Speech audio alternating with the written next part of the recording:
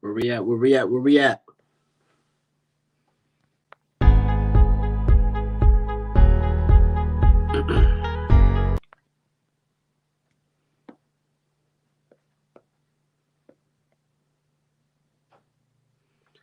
What up? What up? What up? I am here. I'm here to talk.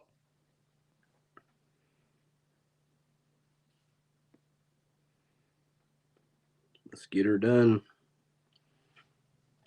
What up? What up? What up? Hmm.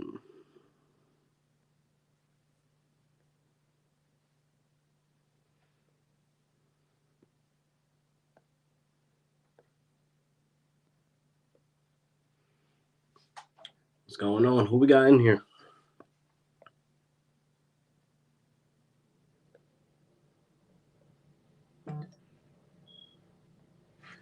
We lit. We are going to be talking about Matthew Stafford's fantasy outlook, the impact. We're going to talk about Jared Goff as well for the Lions. We're going to talk a little Swift. We're going to talk about everybody. We're basically just going to cover all bases of what this means with this trade. This trade was last night. It did burn the internet down. It basically made me happy because goodbye, Jared Goff. So I'm only here to basically talk impact. I'm talking solely of basically what's going to happen with that offense, how does Robert Woods looks, how Cup looks, even going to flip it to the line side of how TJ Hawk looks, how Swift looks. So we're going to start off with the Lions. So Jared Goff was never asked to win us games. He was never asked to be the star player out there. He was just asked to manage the game. He was asked basically to be serviceable, to do his job. And there was plenty of times where that could not happen. But here we are. He's now a Lion. He's out of our hair. He's out of our way. So now we get Matthew Stafford. So for Jared Goff, I really feel like he's going to sit between, maybe 15 to 20 of QB 15 through 20. I don't think he goes any higher than that. I don't think he'll be refreshed, brand new, revamped career because Jared Goff is still Jared Goff. You know what I mean? So I definitely think he'll be serviceable. He won't affect too much of DeAndre Swift. So if you're a Swift owner, I wouldn't worry too much.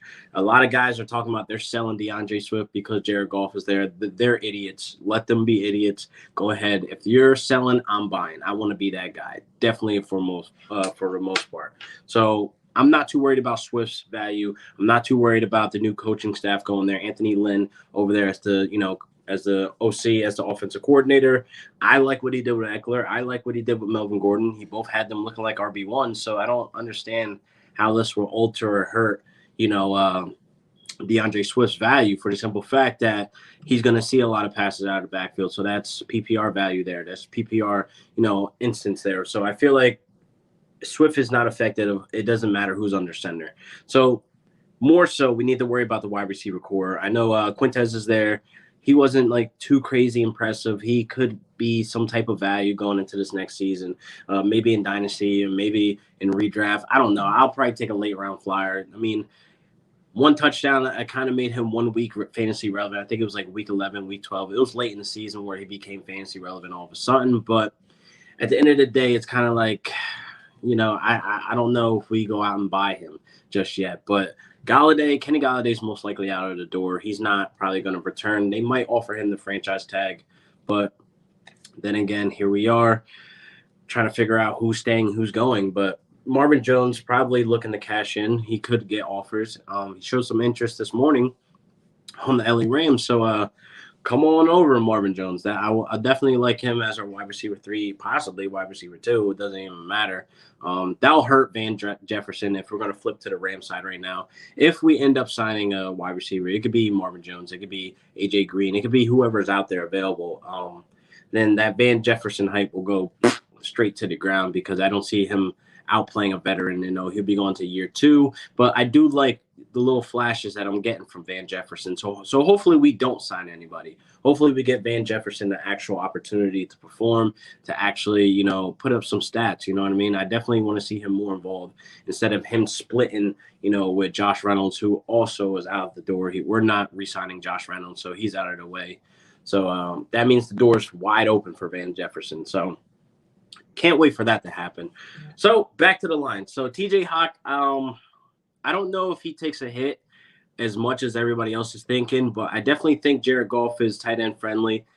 He just wasn't in a system that was tight end friendly, if you want to understand that a little bit more. He liked to lean on in the red zone to Higbee. He liked to lean on his tight ends, when he's in like a little dire need to get the ball out of the backfield or whatever. But I definitely think TJ Hawk, he doesn't fall, under one of the guys that take a huge hit because Jared Goff is his quarterback. I definitely think he stays the same because TJ Hawk quietly was a top 7, tight end this year, which was quiet as hell, you know what I mean? And then Matthew Stafford finished QB 15. So we're all looking at this trade. We're all panicking a little too much for people to be like, oh, hey, man, you know what I mean? Stafford, he's trash. He's old. He's 33 years old. He's injury prone, blah, blah, blah. I already covered that a video earlier this morning. That is total bullshit. That is bullshit. You know what I mean? And I definitely think without a wide receiver one, without, a good coaching staff, with a terrible defense who finished 26th, in the league, their defense was just trash. This is overall, it was a hellhole there in Detroit. So now you have Matthew Stafford going on with Sean McVay. So we can only imagine the things that Sean McVay can get out of Matthew Stafford, being that he's a seasoned vet, don't need to hold his hand. He has heart, killer instinct, all of the above. He's just a very all-around good quarterback that's going into a system with a high-power offense with a lot of weapons out there, with a very young buck, running back there, Cam Akers, who's ready to pop off any other time. You need to be buying him at all costs. I think – I'm not going to say it yet. But anyway, moving on. I definitely think you need to just understand the situation that Matthew Stafford's going into. I got him finishing QB 12. QB 12 or higher. It could be either or. I wouldn't be surprised if he crept back into the top 10, you know what I mean, for QBs, because Matthew Stafford's liable to throw over for 4,300 yards and about 20 to 30 touchdowns, but he's going to come with a lot of interceptions as well, which, obviously INTs push our quarterbacks back in ranking, because if he's throwing for 4,300 yards and he cuts down single-digit interceptions, he's easily a top 10 quarterback, you know what I mean, with over 4,300 yards and about 25 to 30 touchdowns. That looks like top 10 to me. But being that now he's with Sean McVay, he gives this entire offense a boost. It gives Cam Akers more opportunity to score. And that's what we want. That's honestly what we want as Cam Akers owners. We want Cam Akers to be on that goal line, to be inside the 20, to have more scoring opportunities. And that's what we're going to get with Matthew Stafford.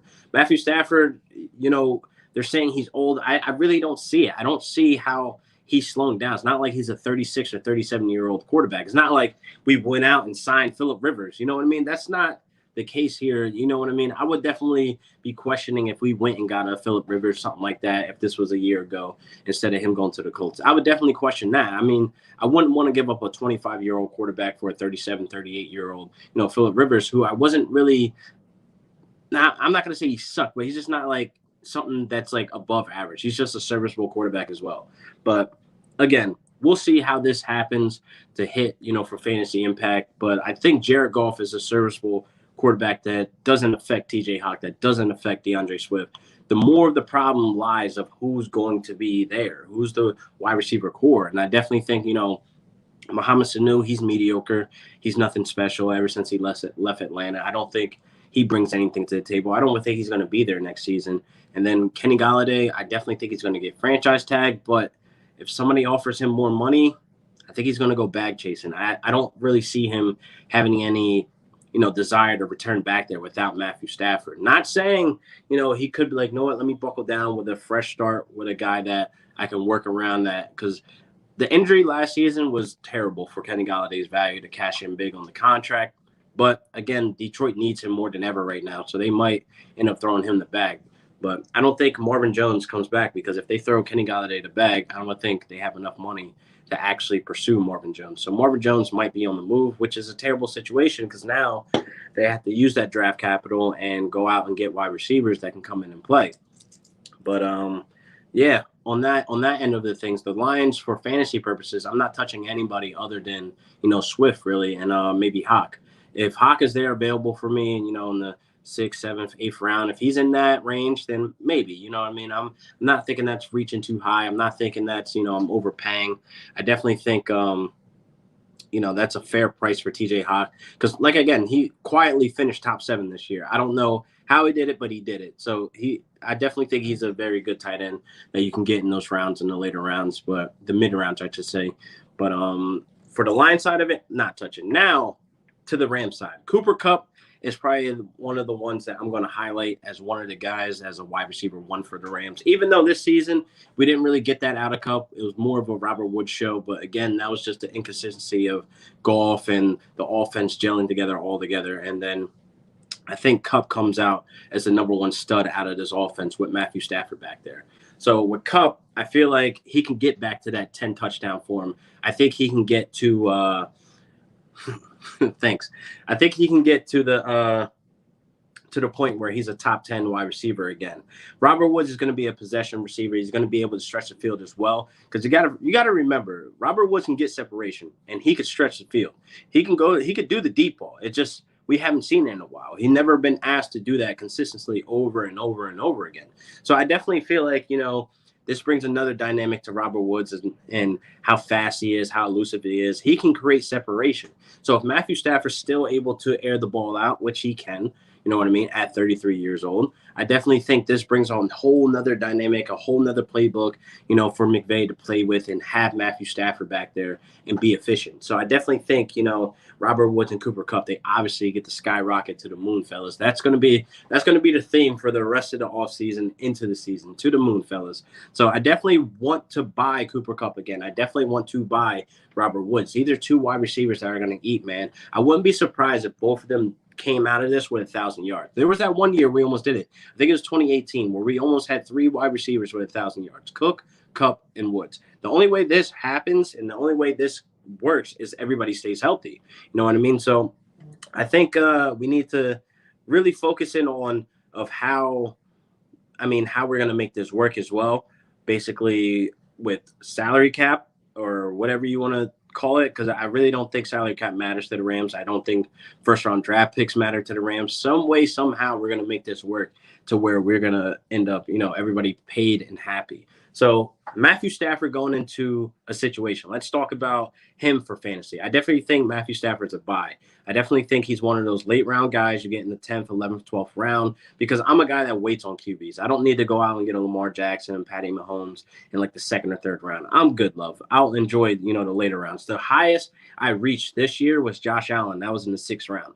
And I honestly would say I got my bang for my buck, and he was definitely a league winner. So I definitely feel like you need to wait on quarterbacks. I'm not a guy to tell you to go get quarterbacks early. I'm more leaning towards you go into the 10th, 11th round. You see what's still there. Unless, again, you're in the league and your league mates, they reach on quarterbacks, because that's what it all comes down to. You know your league mates better than I know your league mates. So if you're in a league where you're playing 2 quarterbacks or you got guys that are just reaching crazy on redraft for quarterbacks, then hey, you got to play it by ear. You got to play it how you know your league mates. So for me, what I'm telling you, based on the leagues that I'm in, I can wait to the 10th, 11th round for a quarterback. I could wait for a Matthew Stafford. This is all just assuming that he's going to be top 15, top 12, top 10 form. So I definitely think he has better weapons. He has a better coaching staff. He has the number 1 defense behind him. Now our defense can finally rest. We cannot be out of gas and basically tired as hell going into the half. So I think this is a perfect situation for Sean McVay. He doesn't have to hold Matthew Stafford's hand. He's very seasoned. He's going in the 12th year of the league. So I definitely think you need to understand that Matthew Stafford is probably in the best situation he could be in right now. So you've seen him say he don't want to go to New England. I wouldn't want to go to New England either, because, hey, Belichick, you're looking bad right now without Brady. So there's that.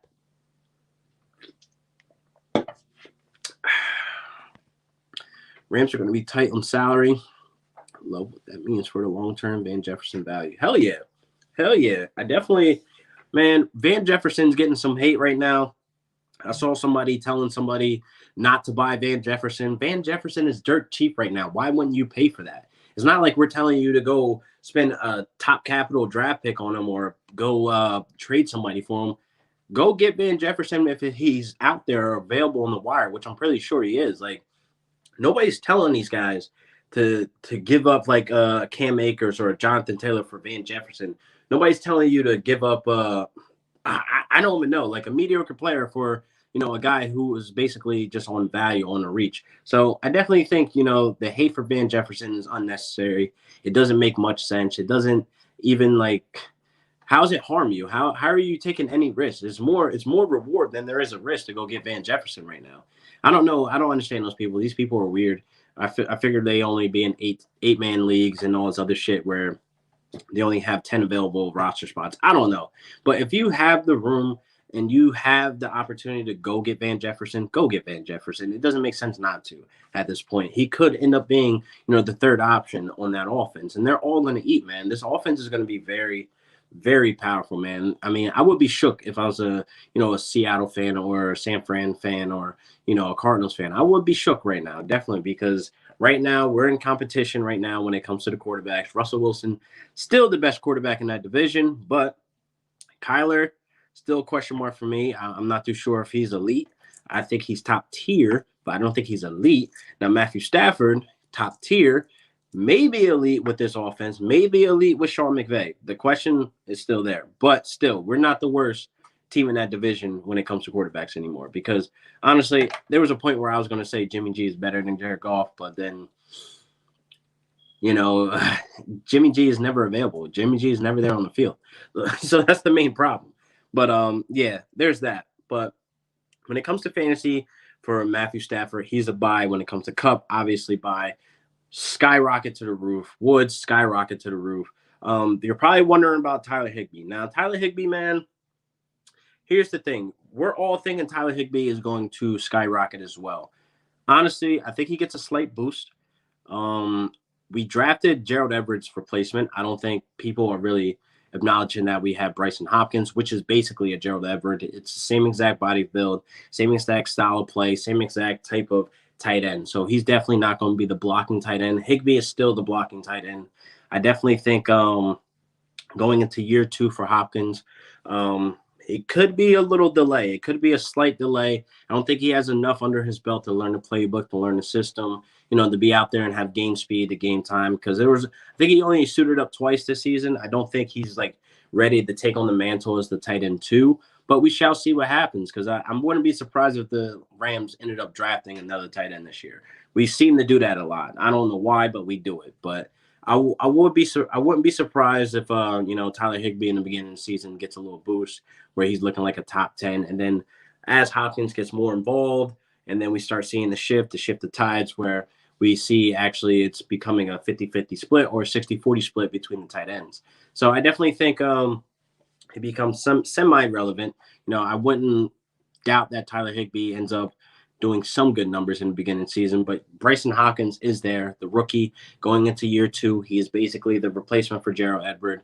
Unfortunately, we can't afford Gerald Everett or can pay Gerald Everett, so he's on the move. I can see him ending up somewhere, Minnesota or Jets, somewhere. He's going to end up somewhere. He's going to end up, doing his damn thing. He's a very athletic tight end, so I don't see him going unclaimed or unsigned, I should say. And Tyler Higbee, he may get a boost. I just don't think it's going to last the entire season. I don't think Tyler Higbee's the buy for what we had expectations on last season. So a lot of people saying, oh, yeah, Tyler Higbee, top 5 tight end. No, because the Rams are still not a tight end friendly offense. You got to understand. We target our wide receivers 64% of the time. The rest is split up between the tight end and running back. So 64% of the time doesn't look like a tight end friendly, thing. I mean, a tight end friendly offense. So there's other teams like the Eagles. There's other teams like I can even throw the Colts in there. I can even throw in, obviously, Mahomes and Kelsey, that connection, Mark Andrews and Lamar Jackson. Those are tight end friendly offenses. The Rams are not one of those tiers. They're not even close to that. You know what I mean? It's not an offense where we have to focus in on our tight ends. We have a running game. We have multiple wide receivers. If you look at all these other teams, let's use Baltimore as an example. Hollywood Brown, and then Willie Snead. That's it. And then there's Mark Andrews, who's obviously has to be the number 1 target, and it's a run-first offense anyway, so the majority of the time they're running the ball. So you're not really worried about, who to throw to, or Willie Snead open downfield, or, Hollywood Brown, one-trick pony, Tavon Austin, a.k.a. wannabe Tyreek Hill. Yeah, that was a shot. But the Rams are not that offense. The Rams are not that type of offense where we have to prioritize our tight ends. It just doesn't happen like that. So I need you to stop hyping up Tyler Higbee. I need you to stop trying to raise the price on Tyler Higbee, because Tyler Higbee needs to be a week-to-week streamer. You know, he doesn't need to be your every day, every down, every Sunday start and forget tight end. It's just not how that works. It's just not what happens. You know what I mean? So we need to just understand the reality of that. The Rams are not going to pay Gerald Everett and are not going to shift their offense to be basically a fucking tight friendly offense. So that's where I'm at with it, man. It's been 20 minutes already, man. I've been rambling for a while, but I just wanted to get this off my chest. I want to thank you guys for watching. I definitely appreciate you guys dropping in, stopping in, showing some love. Glory, glory, man united. Fire content only. And Van Jefferson love, man. I definitely support everybody that jumped in here. And I'll see you guys next week for another great episode of Real Deal Fantasy HQ with your boy LQ. Peace.